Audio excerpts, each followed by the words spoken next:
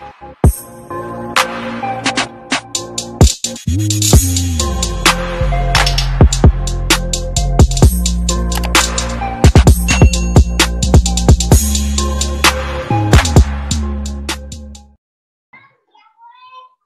balik lagi bersama saya Rapco Tarigan dan kali ini ada kedatangan tamu di Cogan Stock, namanya Clarita.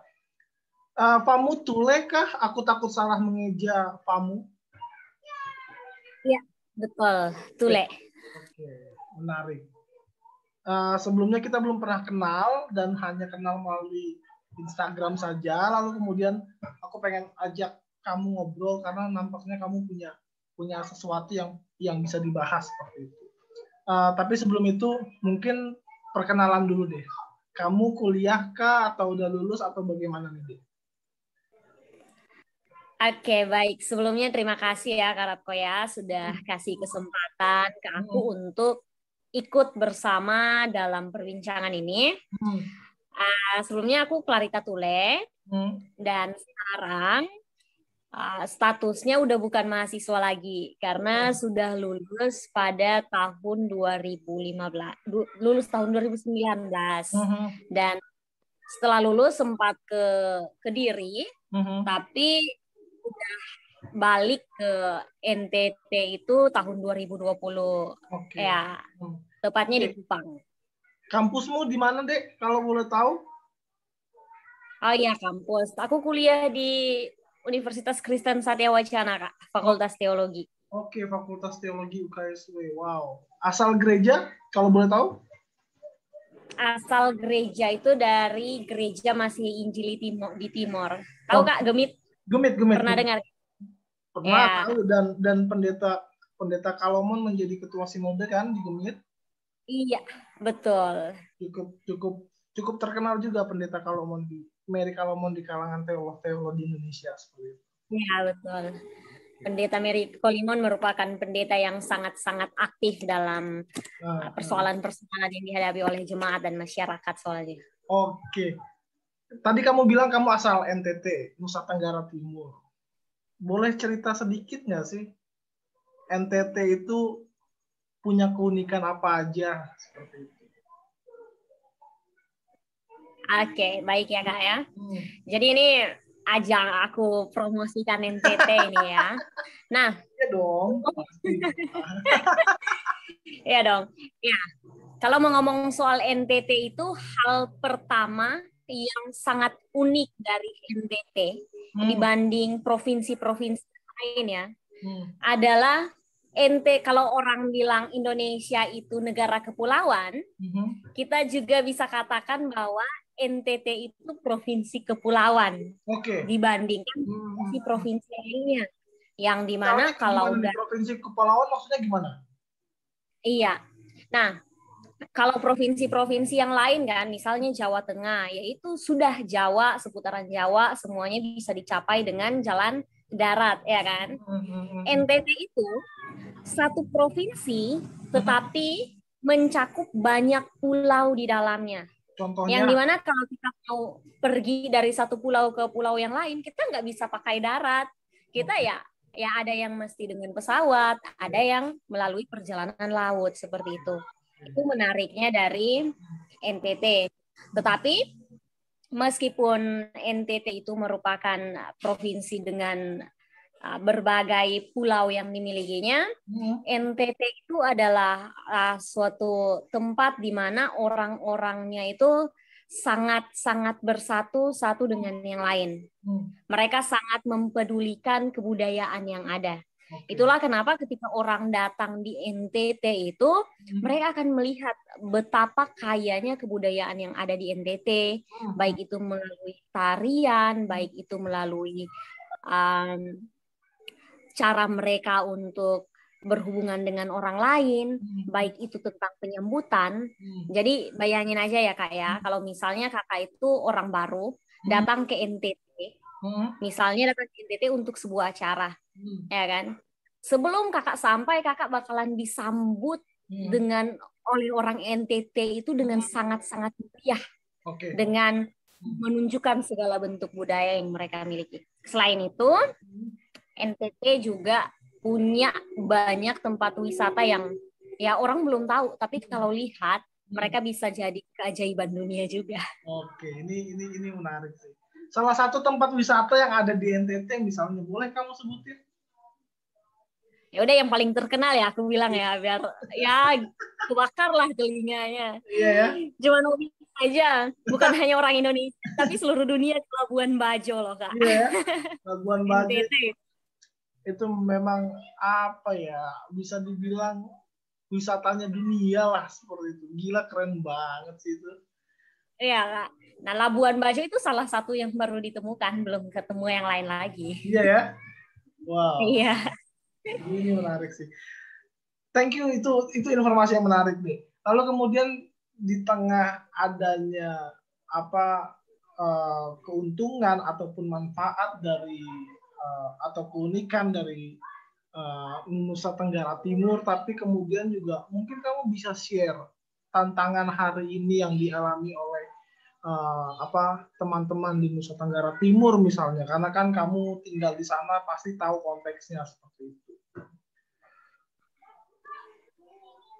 Oke, baik Kak. Terima kasih ya udah kasih kesempatan untuk ceritakan tentang ini. NTT sendiri seperti yang tadi kan aku udah katakan hal-hal yang luar biasa lah tentang NTT. Kelebihan NTT ada pada sisi alamnya, bagaimana sikap orang-orangnya.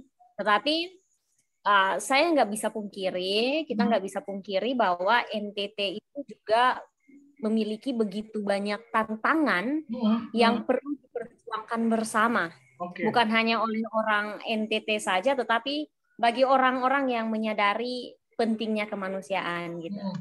Nah, untuk tantangan-tantangan yang ada di NTT sendiri itu tantangan-tantangan yang ya udah diketahui oleh khalayak umum, seperti kemiskinan pertama-tama ya kan. Kemiskinan itu adalah satu persoalan penting yang ada di NTT. Kalau orang turun di Kupang saja ya mereka lihat baik-baik saja, yaitu sebatas kotanya. Setelah keluar dari kota, kenyataan NTT mulai terlihat. Kemudian begitu.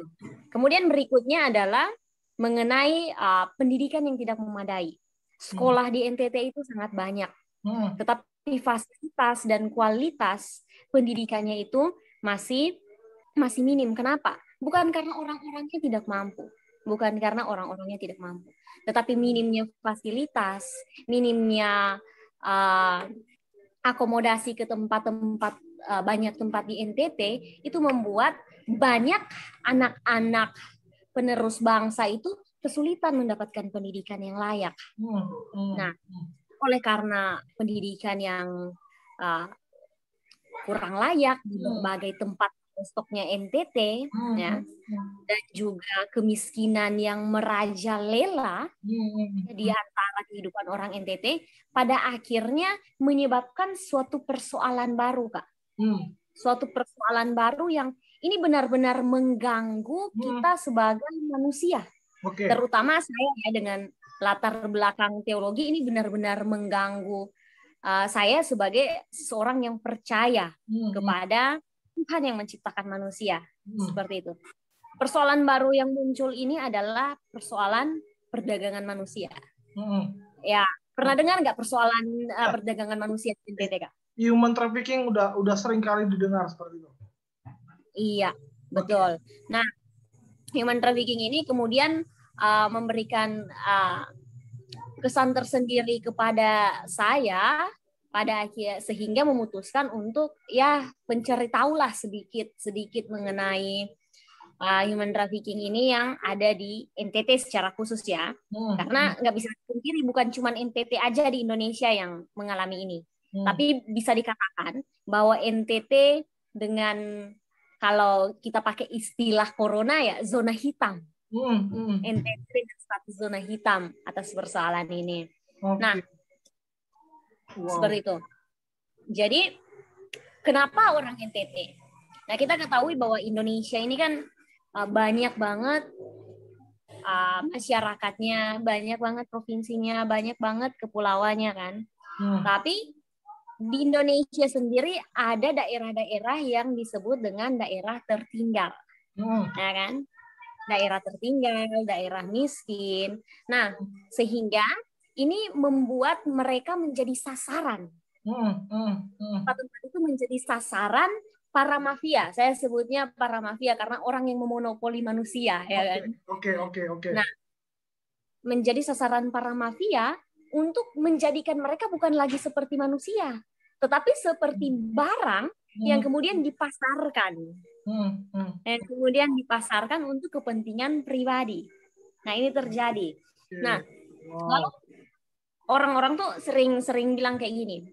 Ya kalau udah tahu mereka bakalan dijual, nggak bakalan dianggap seperti manusia, ya kenapa mau? Oke. Ya kan? Ya bisa aja ya, namanya duit, nggak bisa nolak gitu kan. Itu perkataan-perkataan yang mengungkapkan seolah-olah para korban yang menjadi orang-orang yang menjadi korban perdagangan manusia ini adalah orang yang mata duitan, yang ya duit bisa menggerakkan mereka seperti apapun.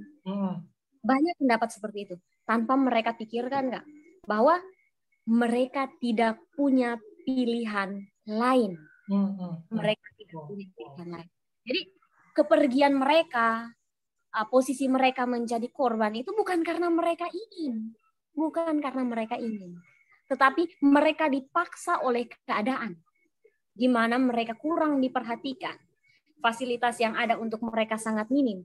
Sehingga ketika para mafia datang dan mengatakan, saya punya pekerjaan yang bagus, kamu bisa merubah hidup kamu bisa menyekolahkan anak kamu, bisa makan 3 kali sehari, tidak hanya nasi putih, tetapi ada lauknya. Mereka melihat ini malaikat yang menolong mereka. Mereka melihat ini malaikat yang menolong. Tanpa mereka ketahui bahwa ada motif tersendiri dari para mafia itu. Begitu. Ya bukan berarti aku mau bilang kalau semua orang yang pergi kerja di luar negeri itu adalah korban perdagangan manusia, karena kita ketahui ada prosedur yang legal ya, yang dari pemerintah, ya kan? Makanya aku mau perjelas lagi tentang perdagangan manusia supaya teman-teman yang mendengar juga bisa paham kan, gitu kan? Perdagangan manusia ini itu bisa disebut perdagangan manusia ketika seseorang itu menjadi korban akibat pertama penipuan, kedua paksaan, ya kan, kemudian di mana mereka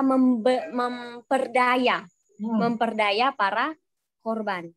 Nah di NTT sendiri menarik Kak, karena cara mereka menipu para korban sehingga mengikuti para pelaku ini, mereka menggunakan titik lemahnya orang-orang di NTT. Apa itu titik lemahnya? Gitu. Seperti gini Kak. Jadi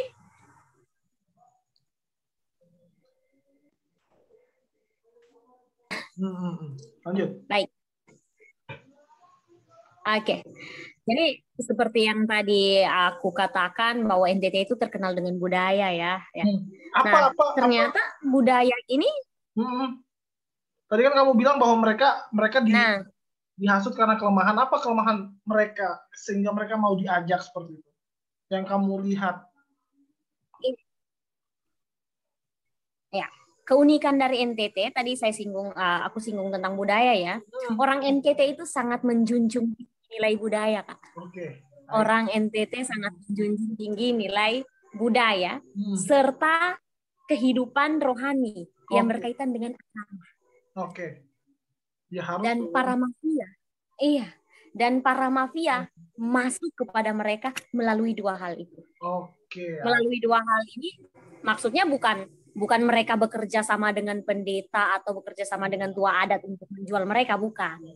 Tetapi mereka memanfaatkan nilai budaya yang ada. Satu nilai budaya yang paling terkenal di NTT itu disebut Okomama, Kak. Okomama, oke. Apa itu Okomama? Iya.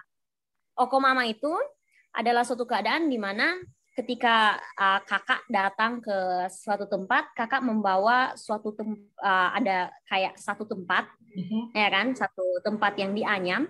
Di situ kakak taruh pinang di dalamnya. Kayak sirih dan pinang di dalamnya, ya kan. Kemudian kakak pergi kepada orang-orang yang ada di NTT. pergi dan membawa Okomama itu. Oke. Mereka akan sangat-sangat menghargai orang yang datang dengan membawa Okomama. Apapun yang dikatakan, maka akan langsung dipercaya. Karena bagi mereka, orang-orang tersebut sangat juga ikut menjunjung tinggi budaya mereka. Itu adalah suatu bentuk kekeluargaan, seperti itu.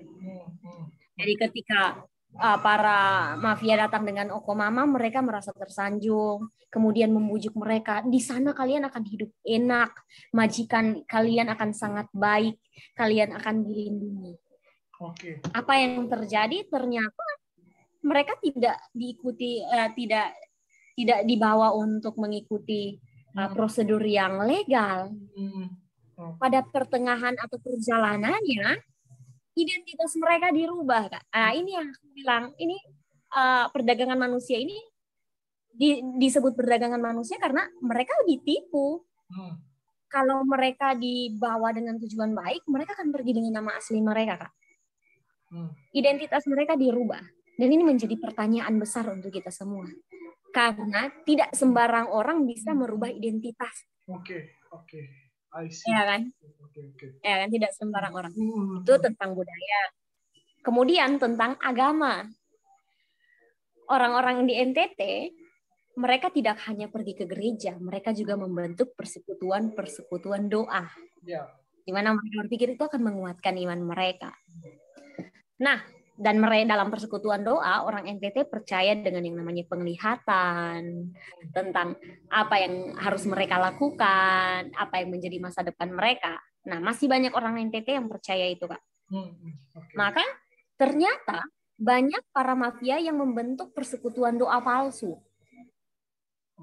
Memberikan kenyamanan secara rohani kepada para korban. Kemudian mereka bilang, kami dapat penglihatan kamu harus pergi ke Malaysia untuk bekerja. Kehidupanmu akan berubah mulai dari sana. Akhirnya itu percaya? Iya, karena mengatasnamakan Tuhan dan penglihatan. Ini lalu kemudian respon gereja gimana dong dengan kasus seperti ini? Apakah gereja aware dengan apa yang kamu sampaikan ini, atau memang sebetulnya gereja tidak aware dengan apa yang terjadi dalam konteks Nusa Tenggara Timur seperti itu?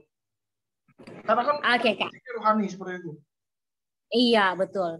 Betul. Nah, ini kemudian alasan kedua mengenai memanfaatkan agama ini yang kemudian menarik saya untuk mulai memperdalam mengenai persoalan ini.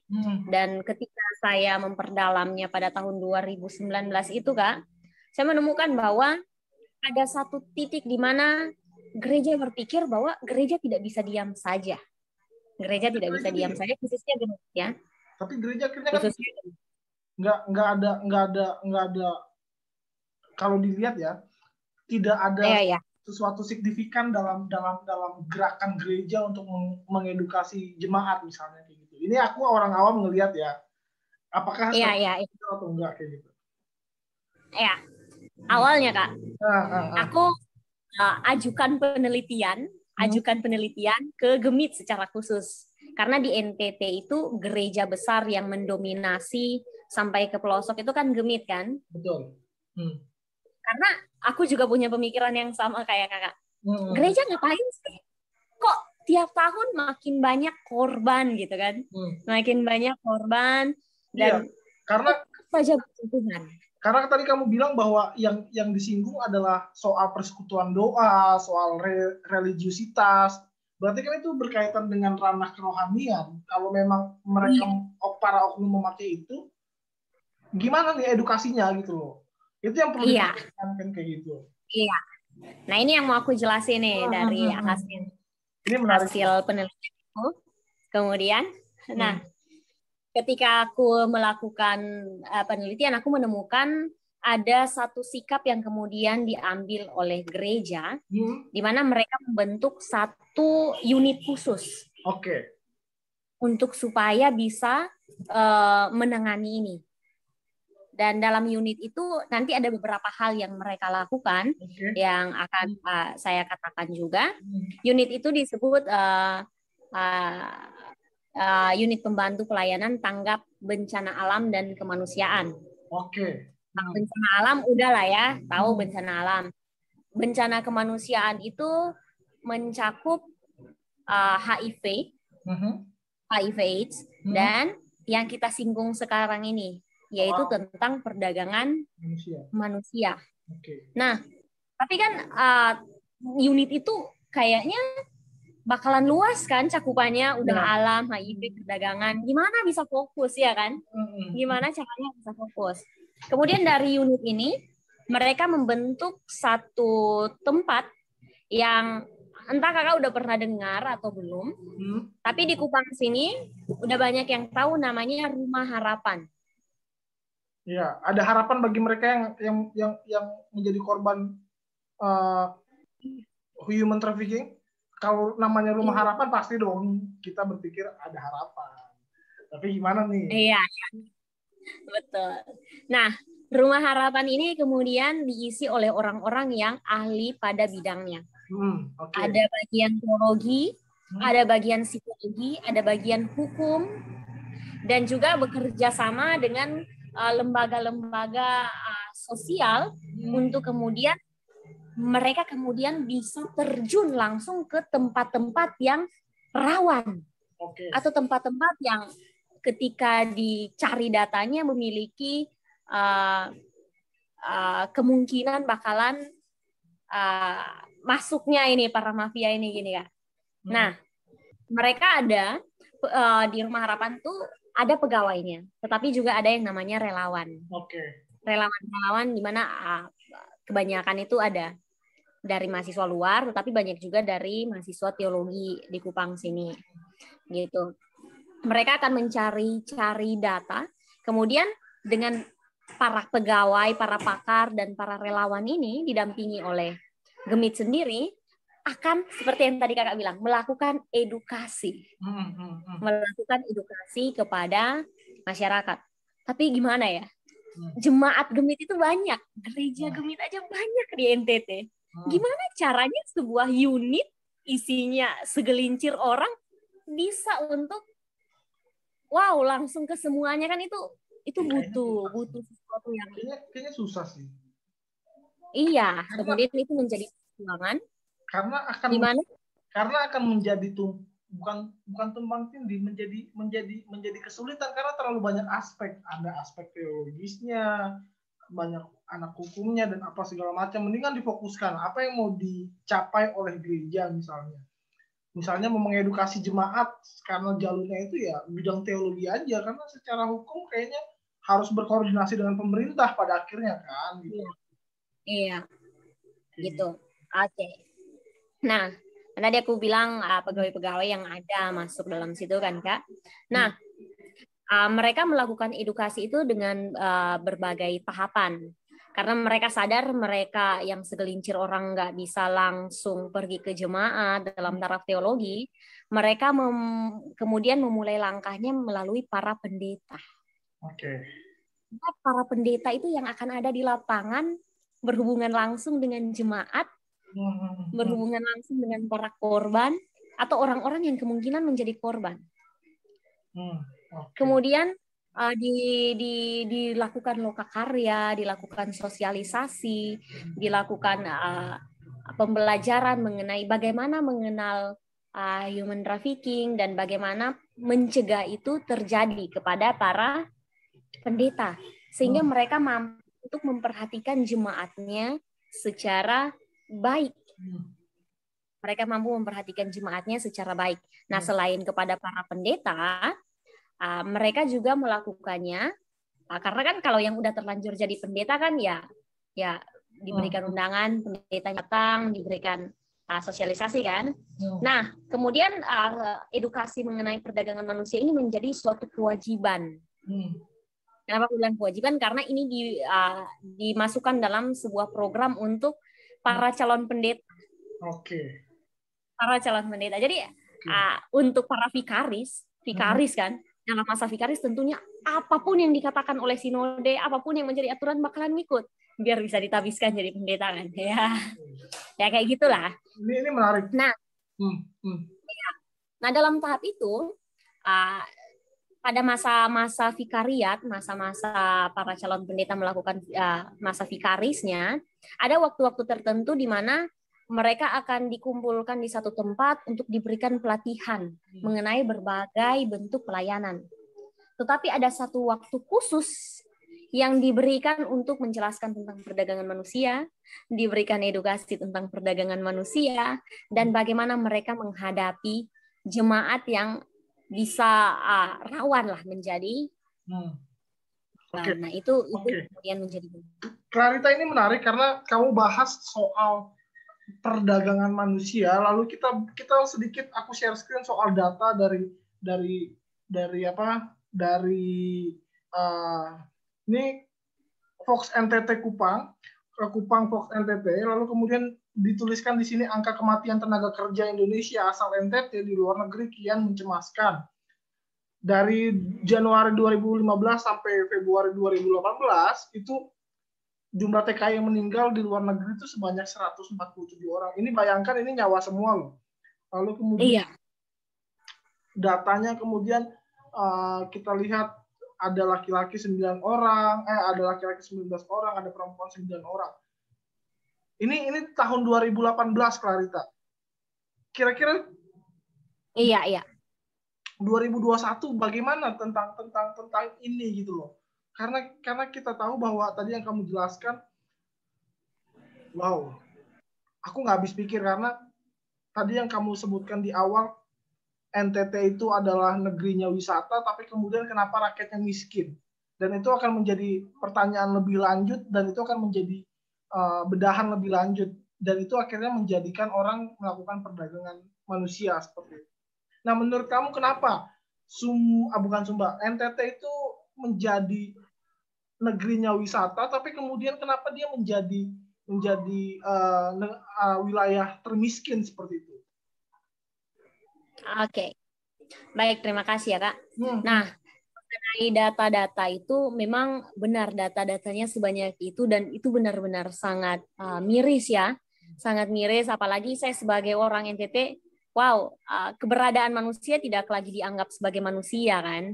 Nah, untuk 2021 sekarang ini, untuk sementara sampai sekarang saya belum begitu mengikuti, tetapi di tahun 2020 semenjak saya pulang itu, saya cukup berhubungan dengan beberapa aktivis yang menangani itu. Dalam satu hari, Kak, pergi ke bandara, kargo bandara itu bisa 2, 3, 4 jenazah yang dipulangkan. Itu dalam sehari. Kemudian besoknya lagi ada. Oke, itu sehari ya. Berarti kalau misalnya kita hitungan per hari, 30 hari berarti 120 orang.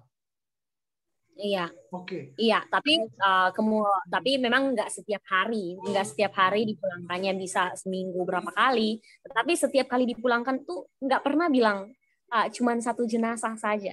Dan rata-rata jenazah itu dipulangkan dari Malaysia. Seperti itu, Kak.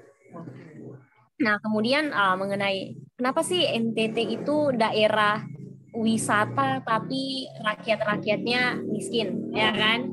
Nah, ini Kak, yang makanya menurutku itu pendidikan itu sangat dibutuhkan di NTT itu. Kenapa? Karena sekarang NTT itu sangat terkenal dengan wisatanya kan, Labuan Bajo. Tapi Kakak pikir Labuan Bajo itu terkenal sejak kapan? Barusan, ya kan?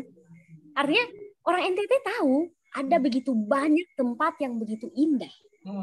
Tetapi mereka belum memiliki pengetahuan bagaimana caranya untuk mengeksplor itu keluar, sehingga bisa membuat itu menjadi pemasukan bagi mereka, membuat itu menjadi peluang bagi mereka.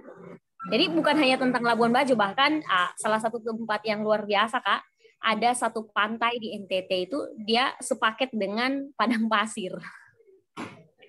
Dan itu belum ada yang tahu tentang itu, masih segelintir orang.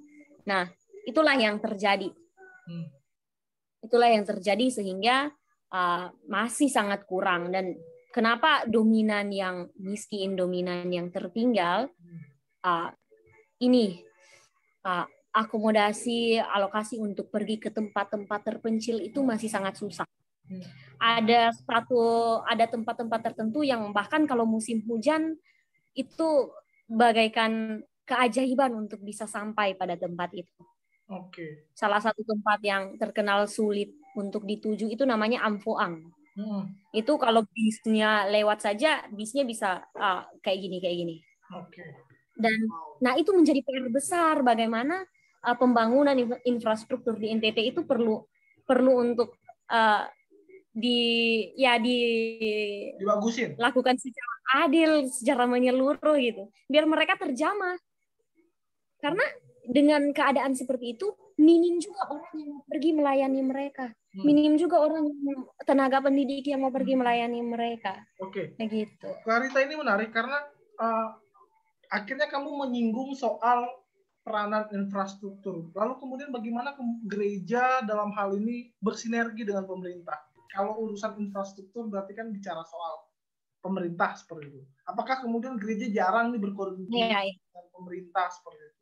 Yang kamu tahu dan yang kamu amati dalam sehari-harimu di konteksmu seperti itu. Oke. Dalam konteks saya, kalau sekarang sebagai sepemerhati saya, gereja mulai untuk membangun kerjasama dengan pemerintah. Tetapi memang tidak semudah itu untuk langsung bisa menyentuh semua ranah ya Kak ya. Karena ini juga baru terjadi beberapa tahun terakhir ya kan. Baru ya tidak cukup yakin sih aku beberapa tahun terakhir, karena memang baru terlihat beberapa tahun terakhir ini. Hati-hati aku ngomong soal gereja nih, belum vikaris aku nih. Maksudnya enggak. Sepengetahuan saya mulai pada masa jabatan Ibu Mary Kolimon ini mulai terlihat hubungan antara gereja dan pemerintah untuk memperhatikan kebutuhan masyarakat. Tapi memang tidak bisa dipungkiri bahwa belum semua tempat bisa terjamah dengan cara yang cepat. Nah, untuk berita-berita yang kemudian diberikan, berita-berita yang kemudian dipublikasikan, yaitu bagaimana gereja kerjasama dengan pemerintah untuk memperbaiki sistem fasilitas, untuk memberikan fasilitas pendidikan kepada masyarakat yang ada, seperti itu Kak. Dan untuk ke pelosok-pelosok kita juga punya tantangan. Nggak semua pendeta mau ke pelosok, sehingga pada akhirnya ya pendeta-pendeta muda, para vikaris disiasati untuk pergi ke pelosok seperti itu. Jadi jangan harap vikaris kamu di kota. Tapi gini sih. Jadi kita maksudnya kan apa ya? Ini sering anak muda harus ke desa. Ya kalau kemampuannya dia bisa memanage di kota, harusnya di kota. Tergantung ininya dong. Tergantung dia punya kapabilitasnya untuk melayani di mana. Kita tidak bisa pungkiri ada loh anak-anak teologi yang kemudian bisa memanage di kota seperti itu. Tapi kan stigmanya adalah orang teologi nggak ngerti nih, harus jemput dulu ke desa.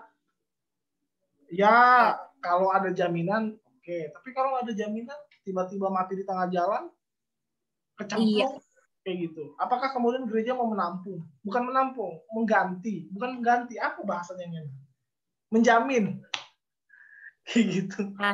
Iya. Nah, kemudian iya. Nah, ini kan juga menjadi ya pergumulan para calon pendeta, orang-orang teologi yang kemudian saya pelajari juga dari salah satu gereja GKJW. Ya. Saya pernah pergi melakukan studi tour di sana ketika masih mahasiswa, dan itu yang membuat saya tertarik dan berharap itu bisa untuk diaplikasikan oleh gereja-gereja lainnya. Dimana ketika mereka menempatkan pendeta itu bukan karena jam terbangnya, dia udah lama jadi pendeta atau dia pendeta baru, tidak. Bahkan bukan karena dia itu lulusan S1, S2, S3, bukan. Penempatan pendeta oleh mereka itu seperti yang tadi kakak katakan itu. Berdasarkan kemampuan mereka. Kalau orang ini kemampuannya untuk membangun atau memanage orang-orang di desa, dia akan diberikan di desa. Kalau orang ini meskipun dia baru tapi kemampuannya untuk memanage orang-orang di kota, dia akan ditempatkan di kota. Nah, modelnya seperti itu. Ya, diharapkan juga sih.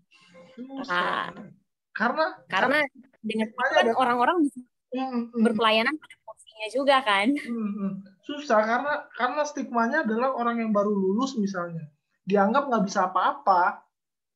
Itu kesenjangan yang terjadi dalam gereja. Sekalipun gereja bilang gereja ini adalah desain rumah Tuhan, tidak ada perbedaan dalam gereja, tapi kemudian kita bisa melihat lebih ngeri perbedaan di gereja daripada di tempat kerja. Iya. Ketika kita kritik nih misalnya. Iya. Tiba-tiba kita dimutasi ke tempat yang pelosok jauh banget gitu kan. Jauh banget. Ya. Iya kan? Itu tantangan sekarang ya. Yang seharusnya ditinggalkan cara klasik itu kan.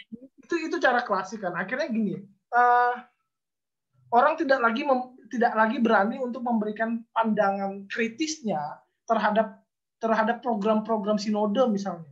Orang tidak lagi berani untuk mengeluarkan analisisnya ketika ada kebijakan-kebijakan yang keliru karena nanti takut dimutasi kan gitu.